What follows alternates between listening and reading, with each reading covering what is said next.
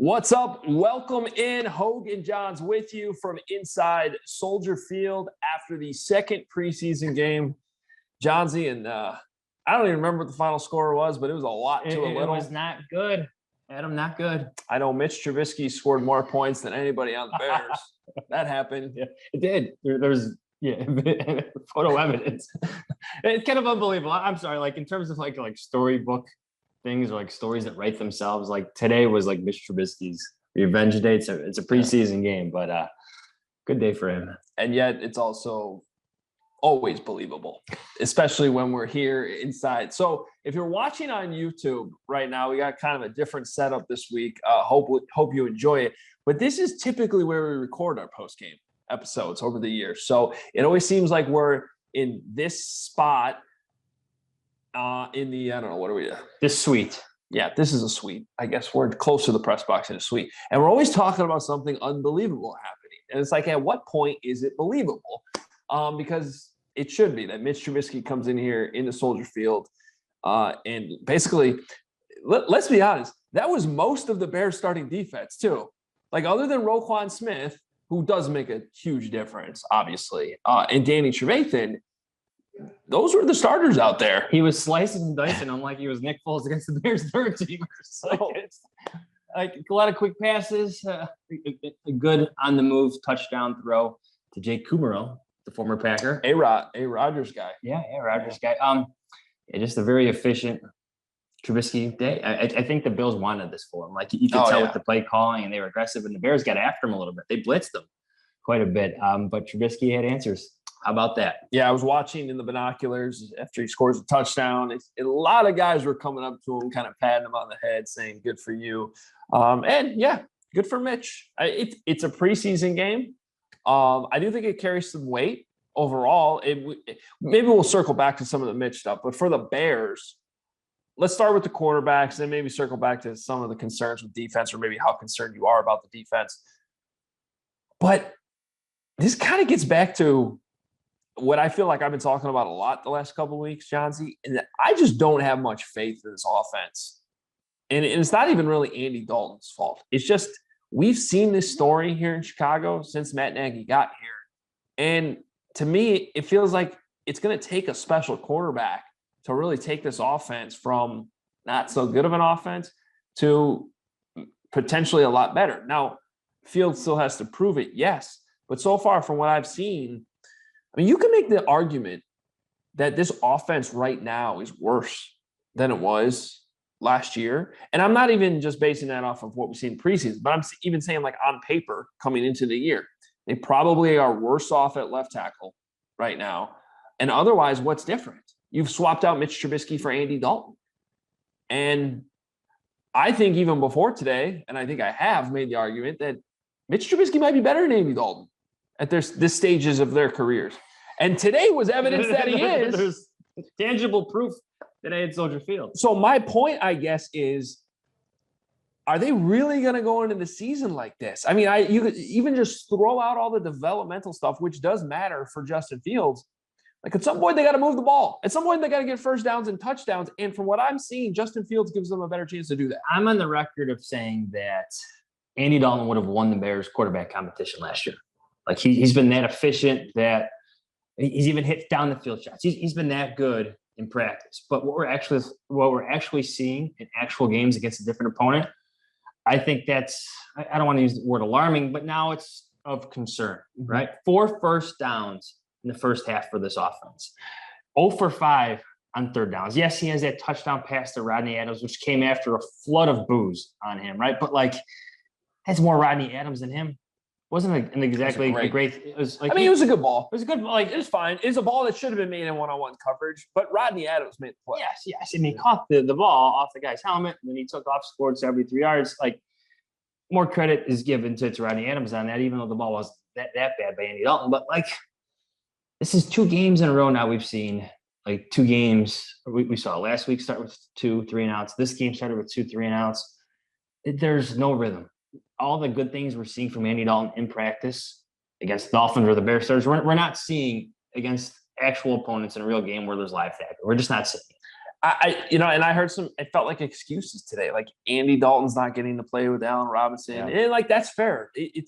He's basically playing with the starting O-line and a bunch of other skill position players. And you could even go as far as to say, the tackles on the O-line aren't even the starters because of the injuries. But who's Justin Fields playing with? Oh, yeah. That's what's going through my mind. I mean, Fields is out there. He's getting no help. I'll give Pat Finley credit for this because he mentioned it to me in the press conference room. Of the 5 guys Justin Fields had in front of him on his offensive line, one of them has NFL game experience, like real NFL game experience. So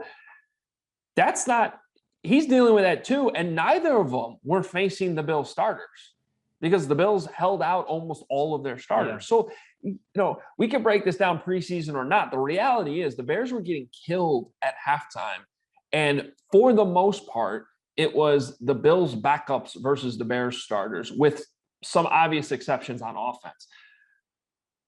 That, to me, like, I almost never pay attention to scores in the preseason, but this kind of was a rare exception where it felt like it meant something. Well, butt kickings you should pay attention to because this is what it was. It was butt kick. It was all 3 phases too: offense, defense, and special teams. Special teams. I know Chris Tabor is rotating different guys in on the punt return, but my gosh, I don't think he has what he wants on this roster.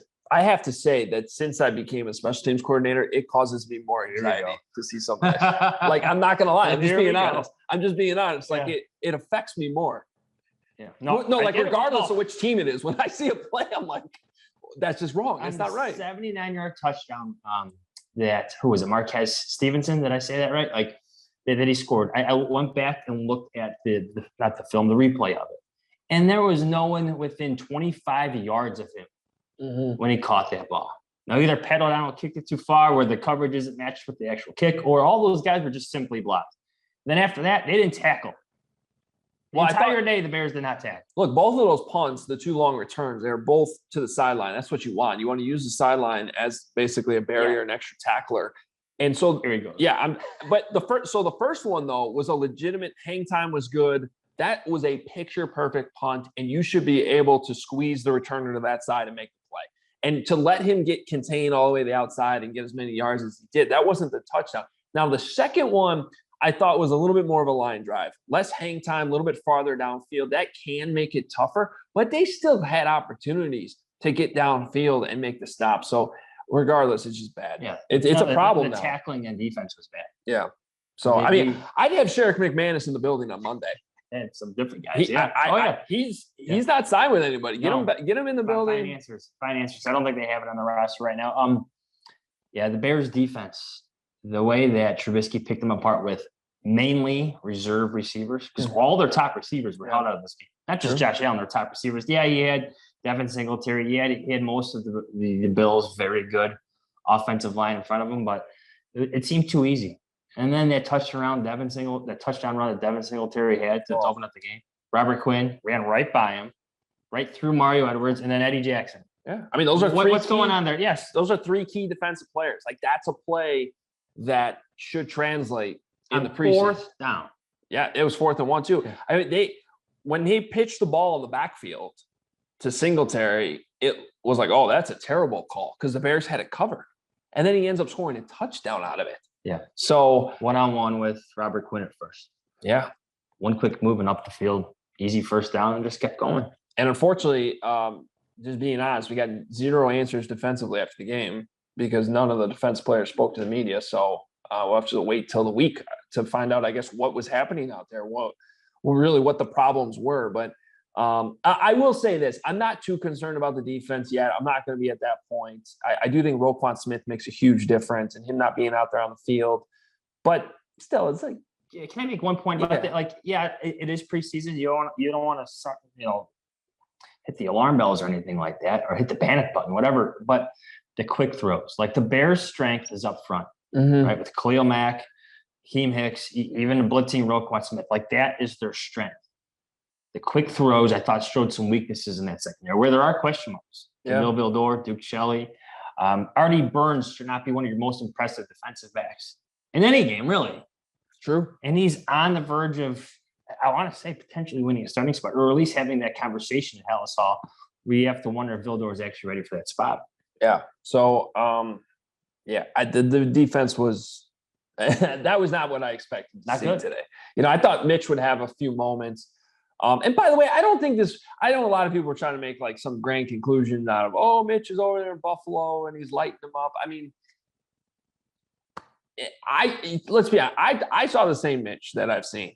A guy that can hit some throws. He had an errant deep ball. Yeah, I mean, he airmailed another deep ball. That's part of the game. He can make plays with his feet. I mean, we pretty much saw I thought the same Mitch Trubisky. I think probably some of the play calls are helping him. I think Brian Daboll said, but this isn't even really the whole system. This is a preseason game. They're running pretty vanilla stuff out there. So I'm not going to get too caught up in that side of things. I think we should point out the athleticism though, because we saw Trubisky not use it as much towards the end of his tenure with the Bears. But I think when you watch Andy Dalton move, it's not surprising to me that everybody's booing or yearning to see Justin Fields, just because the protection can be so bad. When you can have those mobile plays where the escapability is just so evident, where the athleticism is just so evident. You saw Trubisky do some of that. You saw Justin Fields do a lot of that when his protection broke down. I think it's like a prerequisite to be successful in today's NFL. It just is. If you're not Tom Brady, you got to have some type of athleticism to escape some of this pressure. Yeah, no, and I think that's one of the biggest differences with Justin, right? And you see it right away. So here's guys like Trubisky have it. Guys like Josh Allen have it. Like it's the best young quarterbacks have it. Kyler Murray. I mean, you could go even Aaron Rodgers. Young Aaron Rodgers had it. Still does a little bit. You need to have it. Yeah, I mean, basically all the top 5 quarterbacks in the draft this year had it, except for Mac Jones, and even Mac Jones has a little bit more than he even gets credit for. But there is a difference there. So here's what I would do this week, and this is what I wrote about Postgame, NBCSportsChicago.com. I would give Justin Fields a start next week. I would say, hey, look, all this talk, you guys have been no. Here's Matt Nagy. Here's Pandora's box, and it's now open. But they have said, Andy Dalton's here because he's the veteran. He knows the system. They blah want blah to blah. Evaluate him into the regular season. That's what Matt Nagy said. They want to see him into the regular season. What, Andy? Andy Dalton. Yeah. Well, fine. I'm saying that's stupid. Because, don't you need to see, with what you've seen the last 2 weeks, you have seen in both games, a stagnant offense suddenly get a spark when the rookie goes in. Yeah. Okay. And yes, okay, caveats, blah, blah, blah. He's playing against backups. Okay. Andy Dalton was playing against backups today too. There was a difference. It's a difference that you can see. Okay. And then meanwhile, Justin's out there. He's not getting much help from his wide receivers. Okay. I wrote down 3 different examples today in the game. Well, there are 3 completions or 3 incompletions that should have been completions. Yeah. Rodney Adams had a drop on 3rd down. There was how about Riley Ridley go up and get that ball? Yeah. He's trying to catch it like this and, kind of just body catch it on a ball down the sideline. And it was probably pass interference, but part of the reason why he didn't get the call was because he didn't try to go up and get the ball. If he jumps up and gets for it, you get because the defender didn't turn to the ball, you get the collision. That's why Rodney Adams, I think, has the edge in the competition. Sorry, go on. Yeah. You got more. And then an absolute rope, I thought, into a tight window to Hoge Jahns, and he can't hold on to the ball. So these are 3 throws. Again, one on 3rd down, one's a deep ball, another one is a intermediate throw downfield on a pretty tight window that I thought was a great ball. And they were all incompletions. And he's playing with a makeshift, offensive line that has no experience. At least he can say that the kill shot that Justin took today was his fault because he just didn't have the right protection. It was scat protection, which means if there's a blitzer coming, it's on the quarterback. And he never saw it. So that was on Justin Fields. But don't you need to see him with more talent? Don't you – and I would argue even if your plan is to play Andy Dalton week 1, it's even more important to get Justin Fields out there next week early on in the game because that's going to be your last chance to evaluate him, even if you are sticking with the plan. This is the conversation we had somewhat of the conversation we had after the first preseason game. I thought he earned that opportunity to play more with the ones. And Matt Nagy said that was coming. It just didn't come during the practice week. No, not at all. Not at all. Yeah. And again today, though, didn't he make it sound like he's going to do it? And I specifically asked him about the game. Yeah. Well, here's the thing: if Allen Robinson's not playing, David Montgomery's not playing, Cole Kmet, like what are they? Olin Kreutz made a great point on Twitter today. He going off of pretty much what you're saying right now. None of these skill guys are in there. So who exactly is Andy Dalton building rhythm with right now? Yeah. Well, to be honest with you, the more he played, the more I felt like it was an open competition. Yeah. To be honest with you, like again, he's throwing to some of the guys now that Justin Fields has been throwing to. Yeah. So you're starting to wonder, what's and Matt Nagy continues to leave that door open as well. His regular season comment does make you think that it's still Andy Dalton or bust in week 1, but you need him to show up more in practice. You need him to show up more next week. In Tennessee against the Titans? It's not good for the first team offense. It's not good at all. It might require going back and listening to the post-game press conference one more time. But there were two, again, same thing happened last week. Like there were two, first of all, I was kind of getting pretty specific. Like, don't you need to see Justin Fields in the game, like play early next week? And he kind of seemed open to it. And then when he got asked, like, but you're still sticking to the plan, right? Like Andy Dalton's week 1 starter, he did say like, well, we are going to always be evaluating and pointed out that he's willing to adapt. So again, just like last week, I felt like the door was he's always keeping the door cracked open. And if that's the case, plus what you're seeing on the field, where you're not moving the ball until Justin Fields comes in the game, how do you can make a joke like Matt Nagy's heart saying yes, but his mind saying no. Yes, because like he feels it too. He said enough to there's a different energy when Justin Fields takes the field. And maybe some of that is actually the fans cheering for him and chanting for him. Like there is energy that comes with it, but it's the escapability, the elusiveness, the ability to gain yards that aren't there in a certain place because he is the best player on the field. I want to see him try to be the best player on the field with some of the Bears' best players. I do too. And I don't know if that's going to even come next week, even if he does, even if he were to start the game. Like, is Allen going to play? Yeah. I mean, I would think David Montgomery. I think Tuesday will be the best time because we said this last week. Like if he's out there with Allen Robinson, if he's out there with Jimmy Graham, and there's more throws with those guys, then something is afoot. We didn't see that this past week. If there is more than one snap with Allen Robinson on the field, which for some days it's all we saw in practice last week. Yeah. If there's more than one snap, even 2 or 3, I'll start telling myself, okay, Matt Nagy's open-minded right now. Yeah. Maybe. Maybe not 2. Give me 3. Unless he's waiting until the preseason games are over and the practices are closed to us. And then then it'll be like, all right, now you get all the ones. Yes.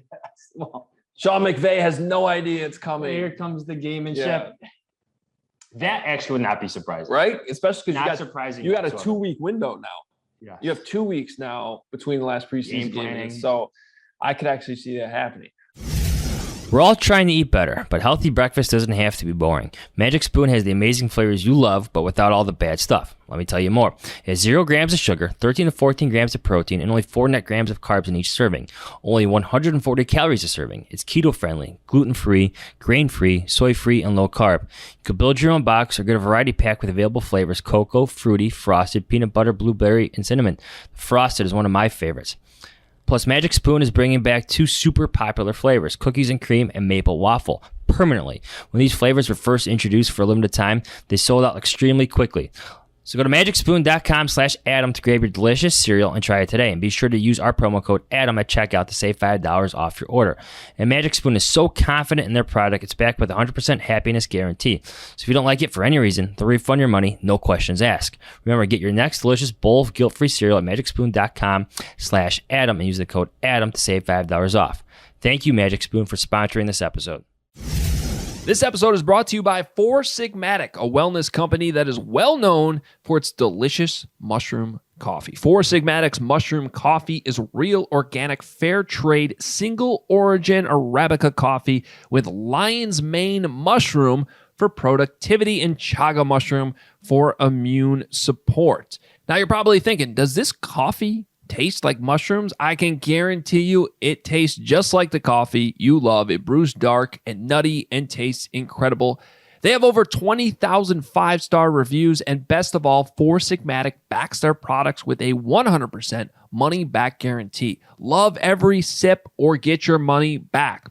We've worked out an exclusive offer with Four Sigmatic on their best-selling mushroom coffee, but this is just for Hoge Jahns listeners. Get up to 40% off and free shipping on mushroom coffee bundles. To claim this deal, you must go to foursigmatic.com/Adam. This offer is only for Hoge Jahns listeners and is not available on their regular website. You'll save up to 40% and get free shipping. So go right now to Four Sigmatic. That's FOURSIGMATIC. foursigmatic.com/Adam and fuel your productivity and creativity with some delicious mushroom coffee. This episode is brought to you by Rise, a science-based app that makes it easy to improve your sleep to increase your daily energy. And guess what? You can become a morning person with it. And don't worry, you don't have to stop using your phone before bed. You can do it without buying a new mattress, supplements, or even a weighted blanket. Rise uses a scientific, fact-based approach to help you get the most sleep your body needs. It's built around two principles that sleep researchers agree most affect how we feel and perform. It's sleep debt and circadian rhythm. Rise works by pulling historical data from your phone to tell you your sleep needs, track your sleep debt, and determine the best time for you to go to sleep. Rise helps you realize your potential with real results, real productivity, real performance, and real well-being. Go to rise.com/Adams and download the Rise app today to try it for free for 7 days.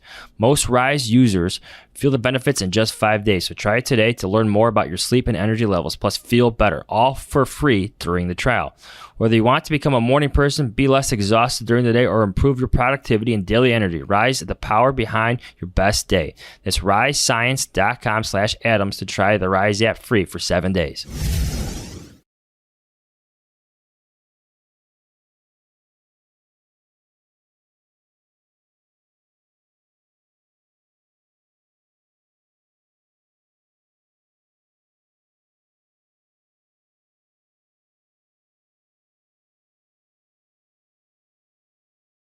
Let's be fair. It's not all perfect.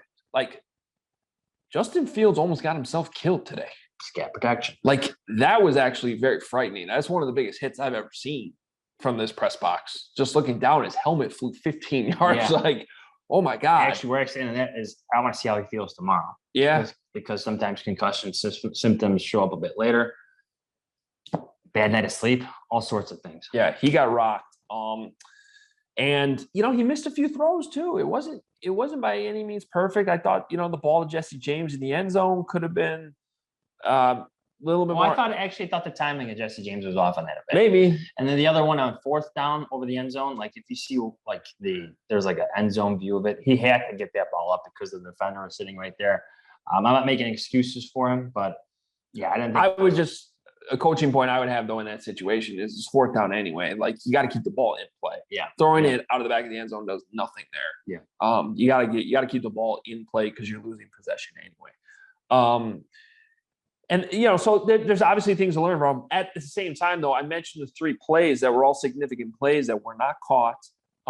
And there was one last week too that I thought would have been caught if it was Allen Robinson or Darnell Mooney. So I think you're also building a list of plays that, if he's playing with the starters, are probably significant explosive plays downfield, which is what this offense has lacked for how long now. And I'm not seeing that same thing with Dalton. I'm not coming. We've seen some of it in practice, but I'm not getting, when these games are over, I don't have a list of plays where Dalton, where I'm like, if he threw that ball to Allen Robinson, it would have been a completion. That's not happening. I think there's clearly a difference. I think what got me today with Andy Dalton's performance is when he was outside the pocket, because he was outside the pocket seemingly a lot today.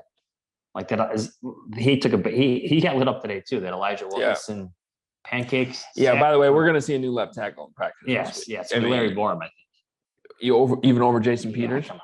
Yeah, I'm with you. I'd like to see that too. I'd like to see that too. Give the kid the real opportunity here. Like, for all the good things they said about him before, but going back to Andy Dalton's like outside the pocket ability, it's like, come on. Like, did you feel that that was a serious threat for the Bills? So I get it, it's preseason, but that could be a real reality, especially in week 1 against the Rams, where he's flushed from the pocket by some very, very good players, special players.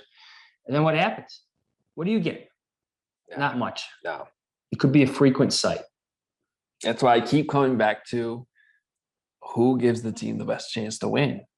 And this is not a team, and some people think differently, but I don't think this is a team that can just like give up on this year because they don't feel like Justin Fields is ready. Yeah. Especially when he certainly looks pretty damn close to ready. Yeah. Like when you're actually watching him. Yeah, so what are you really waiting for? Again, it's whatever that definition of ready is for Matt Nagy, because he'll have the final say on this. It's whatever they're challenging him kind of off the field and all the things they go through with their film reviews and this grading system John Filippo has. There's a lot of things in play here. It's more nuanced than even we know, but he looks like he can play ball. Yeah. He looks like he can give you a chance to win. Better than your QB other one, we'll say. The QB other one. QB other one. That's a good way to put it. All right, let's end with this. On a scale from 1 to 10, on a confidence level, 10 being most confident, your level of confidence in the defense after what we've seen so far. 5. It's only a 5. Yeah, it's hard to shake this off. I get it, just the preseason. Yeah. But some of the concerns that you have about this team are so evident. I get that, like, they went after Trubisky in some of these plays. Mm-hmm. And Trubisky found the outlet receiver. Like, Trubisky challenged the nickelback and a lot of on his throws. Yeah. And that is a position up for debate right now. Sure. It's a big competition position. Kendall Vildor, big missed open tackle in the open field on Devin Singletary. Like, there's a lot of questions I have about this defense right now. It's Jake Kumaro beating Jalen Johnson for that touchdown. Yeah. It's supposed to be your shutdown cornerback. What happens if it's a Devontae Adams? Yeah, I would just say that I'm going to say a 7 because I didn't really see much concern last week, and I haven't seen much concern in practice. In fact, for the most part, I felt like the secondaries played pretty well. Yeah. So, I'll just say this. I felt like the Bills tried to do a little bit more with Trubisky, and I think it showed. And I think the Bears defense was on its heels of it. And I think that's like we saw that come into play last year, whether it's, some first possessions and whatnot, where they gave up points. I also think you saw a lot of veterans with like poor tackling. Like, I don't know. Don't you think that's not going to happen in the regular season? Robert Quinn, though? Yeah, maybe. Eddie Jackson, though? All right, level of concern about the offense, though. Which offense? The Andy Dalton offense. Oh, this is I guess level of concern. Confidence. Okay, I would give it a okay. I would give it a 1. Yeah, I was gonna say 2. 2.5. Well, we've seen better things. It's last year's offense with a worse left tackle, and at least at this point, worse. Maybe Larry Borum turns into something, and Andy Dalton in there instead of Mitch. Well, I want to give, he's been better in practice. I get it's just practice, and this was actually essentially a practice game, but he's been better at Hallis Hall than Nick Foles ever was. Well, maybe because he's facing that defense that you only gave a 5. That's true. Yeah. What's your special team score? Hey, actually, wait, let the record show. Matt Nagy led his press conference today with Brian Johnson's field goal. That happened. Oh, that's how bad. Which was also hilarious because it shows you how bad the game was. He's like, all right, let's get to the positives. Brian Johnson hit a 54-yard field goal. Okay, not a good day for the Chicago Bears. No. But yeah, still a story. Yeah, I was making mental laughter in my head. That was mental laughter. Not good. Not a good sign. And then your level of confidence in Bears special teams. Oh, it's like a 0. Wow. Well, okay, so I didn't even give you 0 as an option. Actually, no coverage units. Yeah, that's a 0. But Pat O'Donnell's still pretty good. Yeah. Carlos Santos, your favorite backup kicker too, is pretty good. Like depth at the kicker. The actual guys putting their foot on the ball. Where was Brian Johnson in 2018? yeah, thumbs up for the actual guys who kicked the ball, but everything else around them, not so good. So 5, I guess. How would 3? Yeah, let's say 2.5. Okay, 2.5. Yeah, I don't know. I'll give him a 2. Okay, fair. You would know more, but I do think that that's getting to the point though, where isn't this stuff concerning? Yeah, like how good is this football team? Yeah. Here's one takeaway I did have.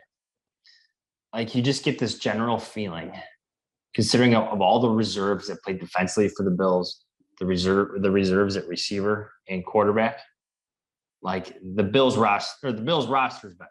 Oh yeah, well, I mean, of course, obviously what you saw last year, but I'm just not talking about the star player.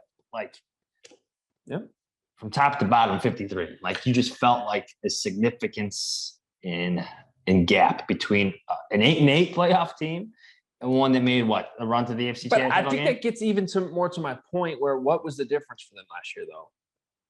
It was Josh Allen turning into a star. Yeah. Right? It changes everything. So if you're going to have this defense that now you have some concerns about, I'm starting to be on the fence a little bit. I'm not too panicked, but I am seeing an offense that I don't think is going to be able to move the ball a lot with Andy Dalton.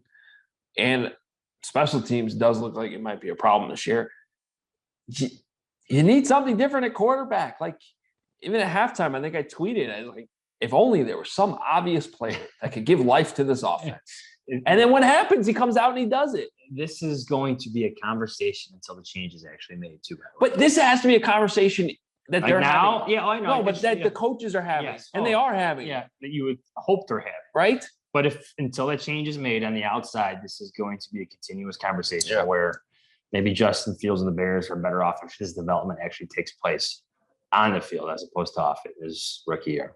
Well, I'll just say this. I think if Justin Fields does not get more reps with players that matter this week, either in practice or in the game or both, I think it's just a huge missed opportunity. Yeah. You know, I think it's got to be part of the evaluation. And I think that would be everything they've talked about the evaluation and even the plan. And again, I'm going with the plan because if the plan is Andy Dalton's playing, he's your starter when the regular season comes around, which I'm not even sure if I'm buying, but even if that is still the plan, isn't that even more important to get Justin Fields these reps this weekend in the last preseason game? I would argue it is. Either way, that should be the plan this week. Justin Fields, you play the Titans. Play the kid. Well, it also, today wasn't the dress rehearsal. Like, I don't think there is a dress rehearsal. Yeah, I think his coach was trying to figure things out. And Nagy's already said that his best players, at least some of them, because it's an individual case thing, are going to play against the Titans. For me, I'm with you. A little Justin Fields, a little earlier, maybe a few snaps with, just give us Cole Kmet or somebody. Yeah, well, Cole didn't play today. You know, give Jimmy Graham then. Yeah, but Jimmy's not going to play that much. No. I'm surprised he even played today. All right. Well, there it is. Preseason game number 2. Oh, boy. The Mitch Trubisky revenge game. It happened. Hey, Bears fans, at least it happened in the regular season, the preseason. Yeah. That's the one positive. That's true. If this had happened. Oh, man. Can you imagine if this is like week 2 or 3 and like Josh Allen was out with like, I don't know what, but like this. All right. Well, follow us on Twitter at Adam Hoge, at Adam Jahns. Read our post-game reaction. He's on The Athletic, theathletic.com/Hoge Jahns is where you go to subscribe. My post-game column up at NBCSportsChicago.com. Also got Kevin Fishbane for The Athletic.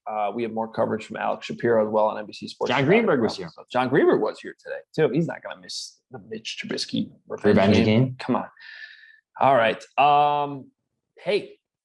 Fans came through. A lot of fans with the obvious shirts on today, and the Hoge Jahns shirts. They'll be getting links, I believe. We saw, yes. Most likely, if you tweeted those to me or us, I should say, you should get another shirt, which we talked about.